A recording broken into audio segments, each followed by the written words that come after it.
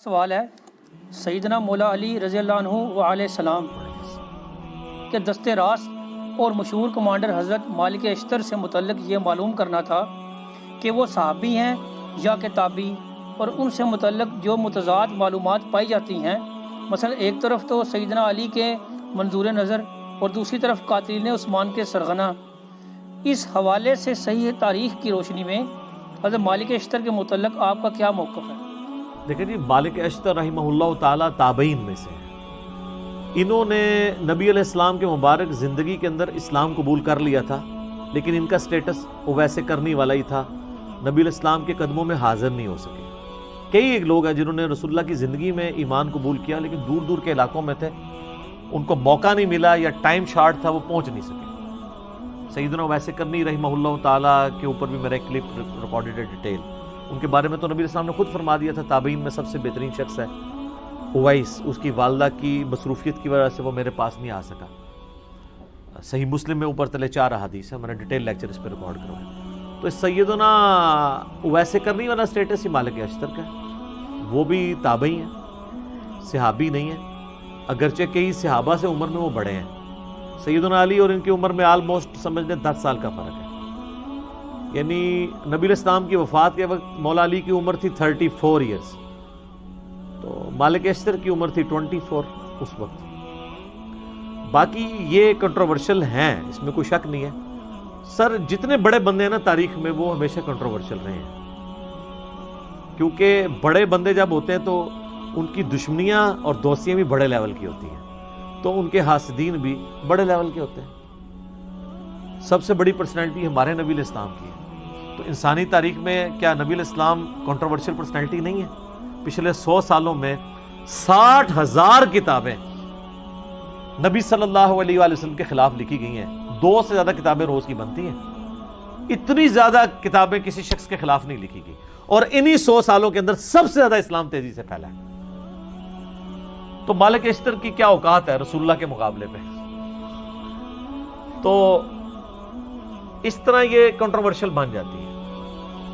باقی یہ کہنا کہ وہ قاتلین عثمان میں شامل تھے، بالکل ایسا نہیں ہے۔ قاتلین عثمان کی اگر کسی کے پاس کوئی سی سی ٹی وی کیمرے کی ویڈیو پڑی ہوئی ہے تو ہمیں بتائیں، اس کو پوائنٹ آؤٹ کر دیں ہم۔ ہاں، سیدنا عثمان کی پالیسی سے اختلاف کرنے والوں میں شامل تھے، وہ بالکل ٹھیک ہے۔ تو سر اس میں تو ٹاپ آف دا لسٹ خود ام عائشہ شامل تھی سلام اللہ علیہا، جو سیدنا عثمان کی پالیسی سے اختلاف کرتی تھی۔ کئی اصحاب بدر شامل تھے۔ باقی سیدنا عثمان کے ساتھ جو کیا گیا وہ تو ظلم پہ مبنی ہے۔ رہا پروٹیسٹ، تو اس کے اوپر تو سیدنا عثمان نے کبھی خود بھی فتویٰ نہیں لگایا رضی اللہ تعالیٰ عنہ علیہ السلام۔ حتیٰ کہ صحیح بخاری میں 695 نمبر حدیث ہے، ایک صحابی کہتے ہیں کہ میں سیدنا عثمان جب محصور تھے اپنے گھر کے اندر، مسجد نبوی کے اوپر بلوائیوں کا قبضہ تھا، بلوا کرنے والے، موب، یہ لفظ زبر کے ساتھ، یہ بلوائی نہیں ہے کہ بلائے ہوئے، یہ بلوائی ہے۔ بلوائی کہتے ہیں موب کو، ٹھیک ہے، جس کو کہتے ہیں وہ اردو میں کیا کہیں گے جی؟ درنا، پاکستانی ترنے کا لفظ نہیں کدھر نکلتا، ٹھیک ہے۔ یہ بلوائی تھے، یعنی احتجاج کرنے والے لوگ، ٹھیک ہے نا، مجمع۔ تو صحیح بخاری 695 نمبر حدیث میں آتا ہے کہ وہ صحابی پوچھتے ہیں کہ امیر المومنین، ہمارے امام تو آپ ہیں اور مسجد پہ فتنے کے امام کا قبضہ ہے، ہمیں خدشہ ہے کہ ہم گناہ میں مبتلا نہ ہوں، کیا ہم کے پیچھے نماز پڑھ لیں؟ تو سیدنا عثمان نے فرمایا رضی اللہ تعالیٰ عنہ علیہ السلام کہ نماز ہی تو مسلمانوں میں ایک نیکی کا کام ہے، نیکی کاموں میں ان کا ساتھ دو، برائی میں ان سے الگ رہو۔ یہ اس بات کا ثبوت ہے کہ سیدنا عثمان کو یہ پتہ تھا کہ مسجد نبوی پہ جو لوگ امامت کر رہے ہیں وہ منافق نہیں ہیں، وہ کافر نہیں ہیں، وہ یہودی ایجنٹ نہیں ہیں، بلکہ وہ لوگ ہیں جن کو سیدنا عثمان کی پالیسی سے اختلاف ہے، اور وہ اختلاف بھی ان کا حق تھا جو سیدنا عثمان نے ان کو دیا، کیونکہ سیدنا عثمان ملوکیت میں نہیں تھے، خلافت میں تھے۔ لیکن جو انہوں نے ایکٹیویٹی پرفارم کر دی، اس میں خیر کافی سازشی لوگ بھی شامل ہو گئے۔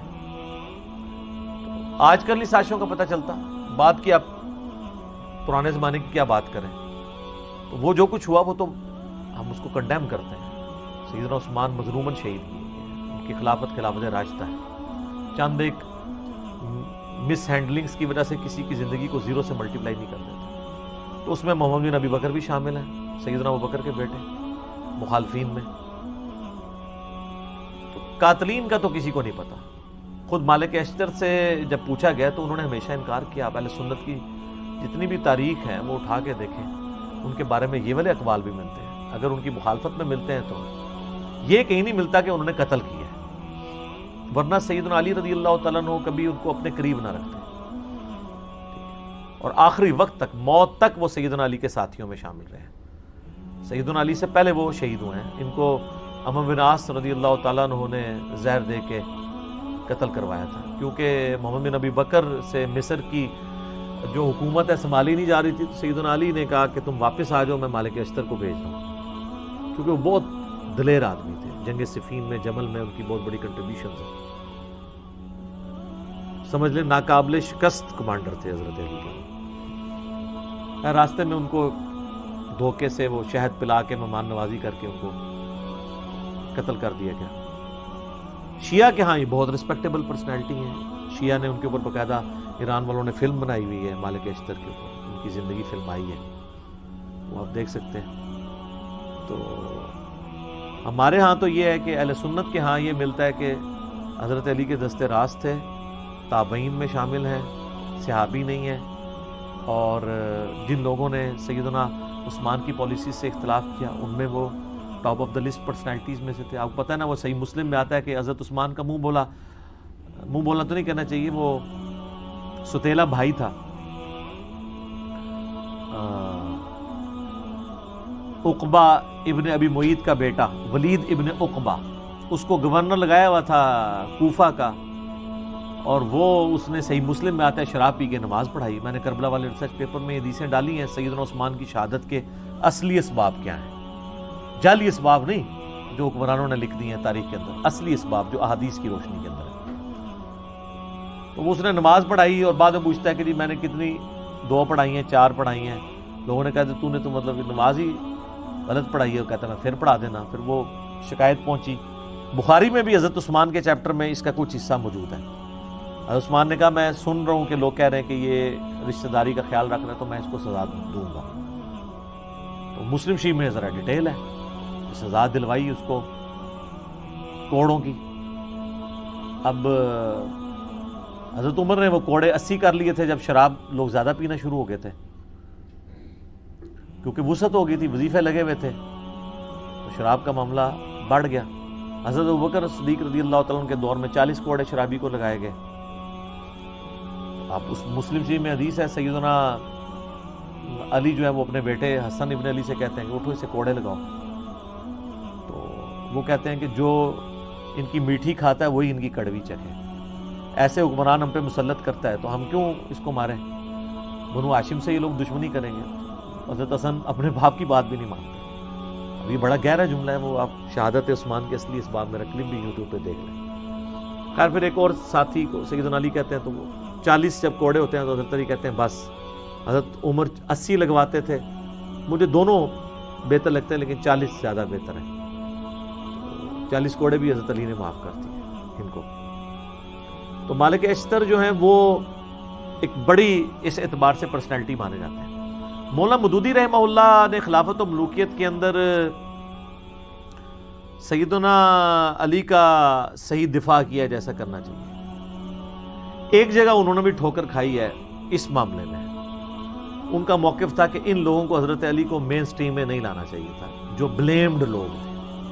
ظاہر وثوق سے تو مولانا مودودی کے پاس بھی کوئی ریکارڈنگ نہیں موجود کہ وہ بتا سکے, جبکہ سیدنا علی ظاہر ہے کہ وہ سمجھتے تھے کہ یہ صرف بلیمڈ لوگ ہیں, یہ تو بڑے مخلص لوگ ہیں. انہوں نے اسلامی حکومت جو بگڑ رہی تھی اس کے خلاف اس اعتبار سے احتجاج بلند کیا. یہ نہیں کہ حضرت عثمان کو وہ ہٹانا چاہتے تھے ان کی خلافت سے, یہ تو ان کا نہیں تھا نظریہ. تو حضرت علی کی سپورٹ مالک اشتر کے لیے ہونا میرے خیال ہے یہ ڈگری کافی ہے, کیونکہ سیدنا علی کے پیچھے رسول اللہ کھڑے ہوئے ہیں. جنگ جمل صفین ایروان کے اوپر جتنی احادیث ہیں, نبی الاسلام نے کہا کہ مخلوق کے بہترین لوگ ہیں جو یہ جنگیں لڑیں گے. تو وہ جنگیں لڑنے والوں میں حضرت علی کا جب کمانڈر ہے آپ اس کو نکال دیتے ہیں تو وہ بشارت تو اس پہ فٹ ہو رہی ہے سیدھی سیدھی. ویسے تو یہ کبھی سمندری جہاد والی فٹ کر دیتے ہیں کسی کے اوپر، کچھ کر دیتے ہیں، کبھی قسطنطینیہ والی پکڑ کے کسی کے اوپر لگا دیتے ہیں، تو ادھر نہیں لگتی ہیں، ادھر بھول جاتے ہیں اور وہ پراپوگنڈا کرتے ہیں. وہ اس لیے صرف کہ، اور یہ ان کے بیٹے بھی پھر سیدنا حسین ابن علی کے ساتھ مخلص تھے. مختار ثقفی نے جب قاتلین حسین سے بدلہ لیا ہے تو اس وقت ان کے ساتھ دست راست ان کا بیٹا تھا ابراہیم ابن مالک اشتر، وہ بھی ان کے ساتھ تھے. یہ یعنی نخی قبیلہ جو ہے وہ بڑا جاندار قبیلہ تھا، جنگجو لوگ تھے. اور ابراہیم نخی جو ہے وہ تابعی، ان کی عمر 46 ایئرز ہوئی ہے ٹوٹل. 50 ہجری میں پیدا ہوئے ہیں، 96 ہجری میں فوت ہو گئے. بخاری مسلم کے راوی ہیں، امام حنیفہ کے دادا استادوں میں شامل ہیں. ان کا المعجم الکبیر طبرانی میں قول موجود ہے نا کہ بالفرض اگر میں قاتلین حسین میں شامل ہوتا اور اللہ تعالیٰ قیامت کے دن مجھے معاف بھی کر دیتا اور میں جنت میں بھی داخل ہو جاتا، پھر بھی میں جنت میں رسول اللہ کا سامنا نہ کر سکتا کہ کہیں حضور مجھے پوچھ ہی نہ لیں کہ تو قاتلین حسین میں شامل تھا. حالانکہ اللہ معاف کر چکا ہوا ہے، پھر بھی جن لوگوں کو معاملے کی سینسٹیوٹی کا پتہ ہوتا ہے نا، وہ ڈرتے ہی رہتے ہیں. تو یہ ابراہیم نخی یہ بھی اسی قبیلے سے تھے. تو مالک اشتر کے بارے میں جی ہمارا یہ موقف ہے. باقی ان کو سیدنا علی کے جو باقی جانثار صحابہ میں سے تھے، جو ساتھیوں میں سے، ان کے لیول پہ تو نہیں اب کوئی کہ عمار بن یاسر کے مقابلے پہ تو نہیں ہم انہیں مانتے، نہ کبھی مالک اشتر یہ جرت کریں گے کہ وہ کہیں کہ میں عمار بن یاسر کے مرتبے کا ہوں. وہ تو ظاہر ہے رسول اللہ کی صحبت یافتہ تھے، ان کے ساتھ ہم کمپیئر نہیں کر رہے. ہم باقی لوگوں کے ساتھ کمپیئر کر کے ان کی ایک بہادری کو اور حضرت علی کے ساتھ جو ان کی مخلص ساتھی کے طور پہ رہے ہیں، ہم ان کی ریگارڈ کرتے ہیں، دل سے عزت کرتے ہیں.